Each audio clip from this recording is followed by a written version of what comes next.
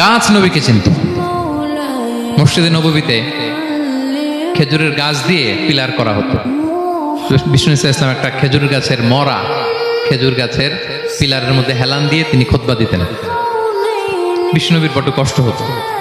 এক সাহাবী বলেন, ইয়া রাসূলুল্লাহ, আমার একজন কাঠ মিস্ত্রি পরিচিত আছে, আপনি বললে আপনাকে একটা মিম্বার বানাই দিব। কি বানাই দিব?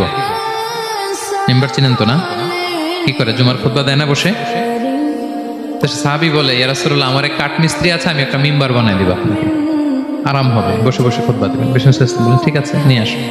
কিছুদিন পর ওটা নিয়ে আসা হলো, ফলে লোকেশন চেঞ্জ হলো। আগে একটা মরা খেজুর গাছের পিলারের মধ্যে হেলান দিয়ে কথা বলতেন, এবার ওই যে মিম্বার সেট করা হয়েছে ওই পাশে, ওখানে বসে বসে এখন তিনি নাসিহাত করেন। একদিন আলোচনা করার সময় হঠাৎ সাহাবারা কান্নার আওয়াজ শুনতে পেল। কিসের আওয়াজ? সহিহ বুখারীর বর্ণনা। কান্নার আওয়াজ শুনতে পেলেন, তাও 10 মাস গর্ভধারিণী উটের কান্নার আওয়াজের মতো। সাহাবারা ভয় পেয়ে গেলেন, কোনো উঠতো না, এটা তো মসজিদ, মসজিদের ভিতরে কান্নার আওয়াজ।